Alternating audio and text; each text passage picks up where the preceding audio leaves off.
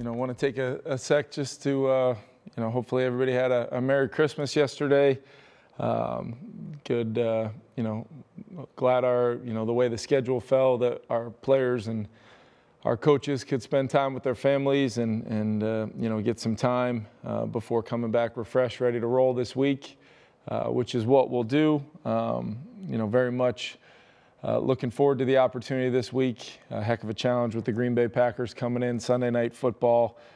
We know, kind of there's a lot of scenarios and things with the playoffs and, things that may or may not need to happen. What we're focused on this week is putting together a good game plan and trying to win a football game against a team in, a very similar situation to us. And ultimately, it's going to be about playing good football as a team on Sunday night and trying to find a way to win a football game and continuing, our chase to try to find a way in the playoffs. And ultimately, that's what we're going to do. I want to give you guys an update. We did confirm with DJ Wonnum that he did sustain a tear to his quad, and he will be going on injured reserve, and we'll have that surgically repaired hopefully this week. And TJ Hockenson as well did sustain an MCL and ACL injury. He will go on IR as well. Crushed for both those guys, two of our most impactful players, leaders on our team, kind of set the standard of what we want as Minnesota Vikings in every aspect of who they are as men and teammates and players on the grass. And, two guys that will be difficult to overcome their loss, but we're going to have guys step up and hopefully still have those guys involved and around our team, because they are, like I said, leaders and very, very important to our locker room. Just a couple other guys, Jordan Addison and Mekhi Blackman, will be, kind of more in the day-to-day world this week. Both are feeling better and better here early on in the week. We'll see how they do with their treatments and their rehab and what their availability throughout the week will look like, but not ready to say anything more than they're both questionable for the game this week. I'm hoping to get Brian O'Neill back in there. He'll progress throughout the week. He'll be questionable as well. There's some other guys as well that we'll hopefully work through, but really TJ and DJ were the two I did want to update you guys on at this moment. We'll start with Andrew and then Matthew. Hey, Kevin, with TJ, did he tear both of those ligaments that you mentioned? And then just how would you summarize the impact he had for you all year? He did. Confirmed. We confirmed that via MRI. Very, very unfortunate play, with the way, sometimes we've done a nice job kind of helping take out some of those head and neck area hits, to the defenseless players. Some of those low hits can be incredibly, catastrophic for guys. And so it was awful to see that happen.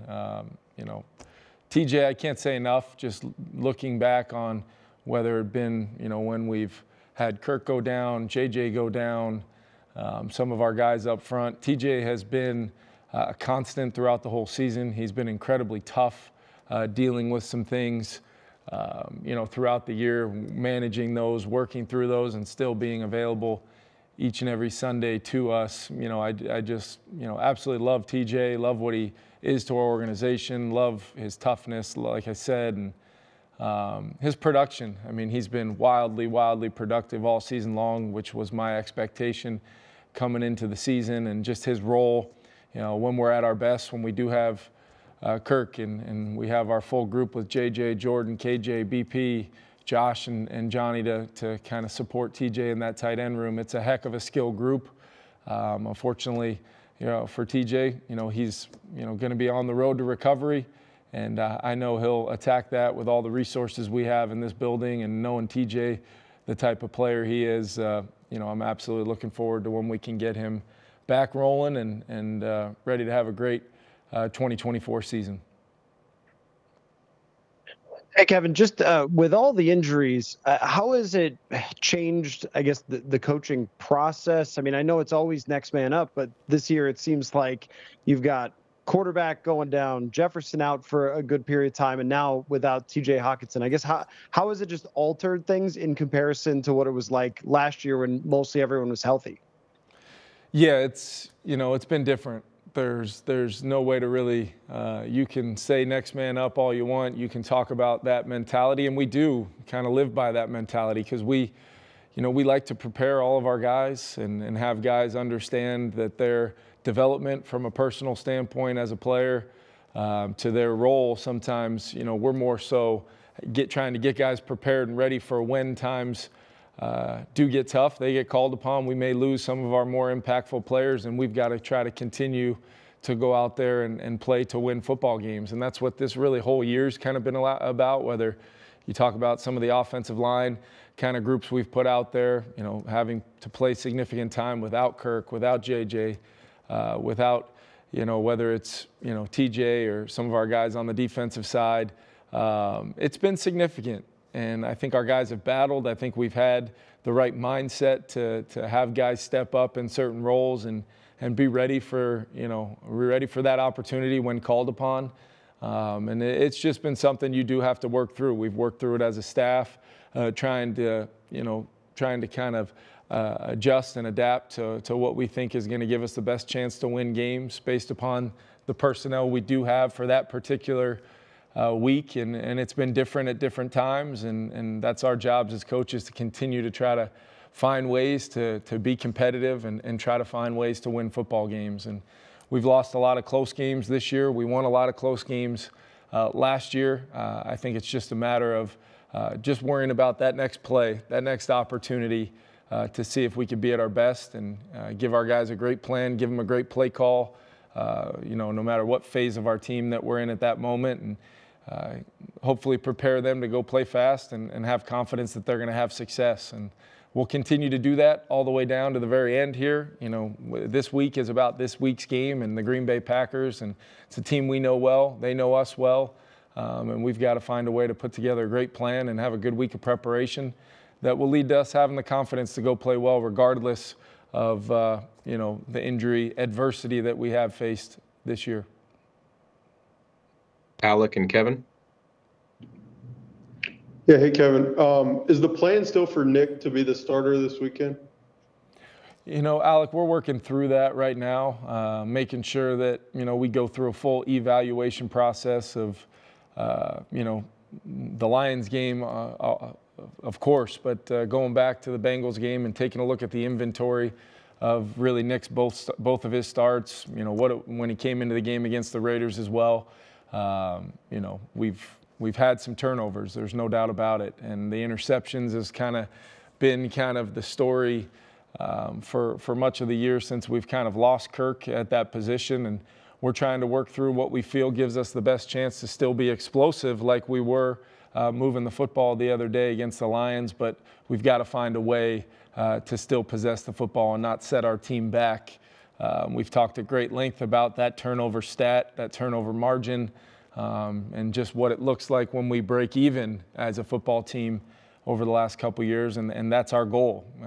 Defense forces an early turnover the other day, and we have a chance to go down and maybe add to our lead in those moments, and we end up with the ball going the other way on that fourth down play. And that's just one example of us not maximizing our opportunities within the game to execute, to do our jobs, to do the things that we need to do to sustain some momentum in some of these games. And that's what we're looking at, the quarterback position, and really across the board with our whole team, what that looks like now that we're late in the year and we've been in the mindset of we're just focused on winning one football game, what that takes for this week. And we're in the process of working through that right now, and I'll definitely keep you guys posted throughout the week. Yeah, Kevin, along those lines, do you think at all, or during your evaluation of this, do you think that the desire to be explosive is part of what's causing some of these turnovers?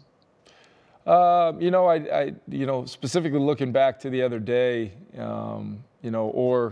previously at Cincinnati, Kev, it's hard to really quantify, exactly, because each story kind of tells its own. But I believe, looking at the turnovers, I believe 4 or 5 of the last 6 interceptions did come on third down, where you do have to throw the football. You do want to try to convert and extend drives. And if you get man coverage, you get matchups either by design to get certain players on certain guys, and you feel like you have great opportunities on certain plays, and those end up being turnovers. I have a hard time thinking you're trying to be too explosive in those moments, especially when the turnovers are third down based, or you are able to get great protection out of the guys up front, help in the areas you need to get help on, based upon the personnel in the game. So I do know one thing: we would like to have a better, a more even fight in that time of possession. I do think we need to run the football more and run the football more effectively. But I will say, looking back on the individual stories of these turnovers over the last 2 games, they do come down to decision making. They come down to play intent and ultimately making the right decisions in the moment to find the open man and convert when we get those critical third down opportunities that will lead to us having more time of possession, more opportunities to score. I think the explosiveness the other day, when we did move the football, we scored pretty quickly, big chunk plays, and we're down in the red zone with a chance to score touchdowns.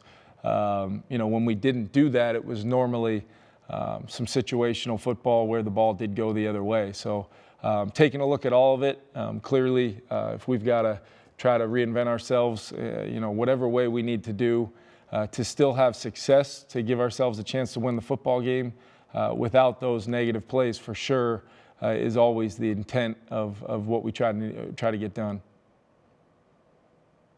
Ben, and then Matthew. Yeah, Kevin, a little bit of a two-parter for me here. First, how many of the quarterbacks on your roster are you considering as possibilities for this week? And then with Jaren Hall in these last couple of weeks where he's been the number 2 guy and gotten a little more work in practice, how has he looked in those opportunities? Yeah, Jaren's gotten a little bit more work, and he's healthy now, having recovered from the concussion, and has really put together some solid weeks of preparation, knowing he's been 1 snap away. And part of these conversations are, we've got 3 quarterbacks on our roster right now, so we're really having a discussion and really taking a look at the evidence of what we think leads to the best decision that we can make for this week. And all 3 of those guys are worthy of being involved in that discussion, and we'll make the best decision moving forward that we think's in the best interest of us winning games. And like I said, we're going through that right now. Hey, Kevin, I just wanted to circle back on DJ Wonnum. Just his season this year, he had to step in for Marcus Davenport. I guess, can you speak to what worked for him this year and how he kind of took that next step when he was given the bigger role?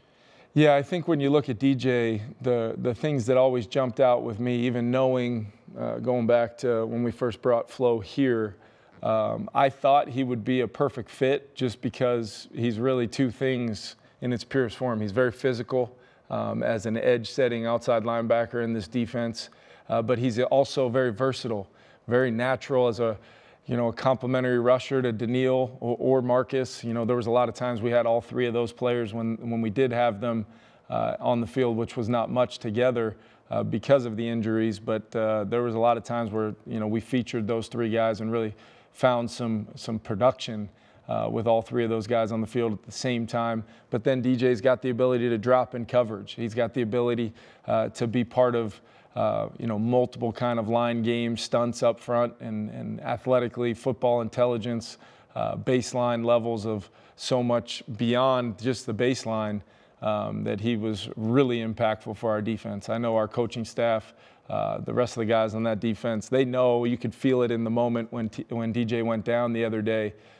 Just what he means to us and our team, the locker room, and it's going to be a big loss. We've got to try to find a way to overcome, and what that looks like schematically and personnel-wise, we'll work through it. But I'm glad you asked about that, because DJ Wonnum to me has been one of our true impact players this year, and a guy that has made a lot of critical plays that helped us win a lot of football games and really stay as competitive as we have, despite maybe not having, you know, the type of year we had from a health standpoint a year ago. DJ's been one of those guys that his improvement and his impact has been critical for our team. Kevin? Yeah, Kevin, just circling back on quarterbacks one more time. Do you imagine this will be an evaluation process throughout the week of practice, and that the practices could have an impact on your decision, or do you think you'll have somebody settled in your mind by the time you guys get rolling tomorrow? Yeah, I think it's important just to maximize our preparation for not only that player that gets the nod, but also for whoever's going to be the number 2, that they can go through the process of the work week and know that they're just one snap away. Because the way this season has gone, we absolutely need to prepare for not only who's going to be the starter, we need to prepare for who would be the next man up, who would be the guy, if in case of that true emergency number 3, and make sure we're preparing all those guys accordingly, not knowing how Sunday will go. But I also think it's important for the other guys in the huddle to know and get reps with that guy, hear that voice in the huddle, hear him at the line of scrimmage with his cadence, going through audibles, going through checks, all of those things. So I do think we're working through it for sure, making sure we exhaust this process, but we do want to have some clarity, as the week continues, so our guys can have that kind of clarity.